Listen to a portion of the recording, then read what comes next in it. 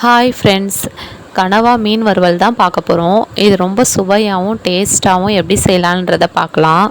இது ரொம்ப நல்லது உடம்புக்கு. கனவா மீன் ஒரு சில பேர் சாப்பிட மாட்டாங்க, கொஞ்சம் ஹார்டாக இருக்கும். இது சாஃப்டாகவும் அதே சமயம் டேஸ்ட்டாகவும் எப்படி செய்யலான்றதை பார்க்கலாம். வாங்க வீடியோக்குள்ளே போகலாம்.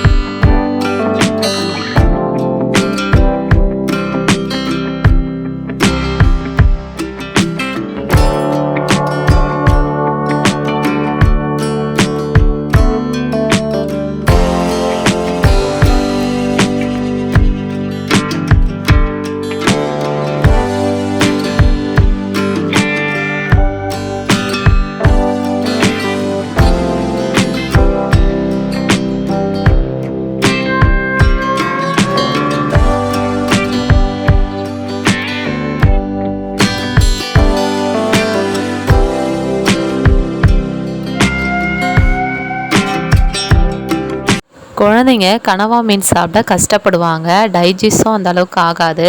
அதனால் குக்கரில் ஒரு 2 விசில் விட்டு கனவா மீனை அதுக்கப்புறம் நீங்கள் இறக்கி செஞ்சிங்கன்னா சாஃப்டாகவும் இருக்கும், டேஸ்ட்டாகவும் இருக்கும்.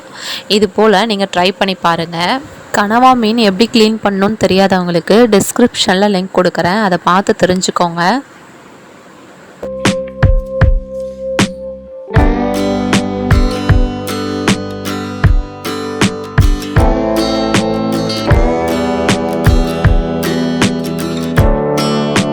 கனவா மீனில் புரதமும் விட்டமின்ஸும் நிறைய இருக்கிறதுனால இது உடம்புக்கு நல்லது. அதனால் வாரத்துக்கு ஒரு முறையாச்சும் இது போல் செஞ்சு கொடுங்க.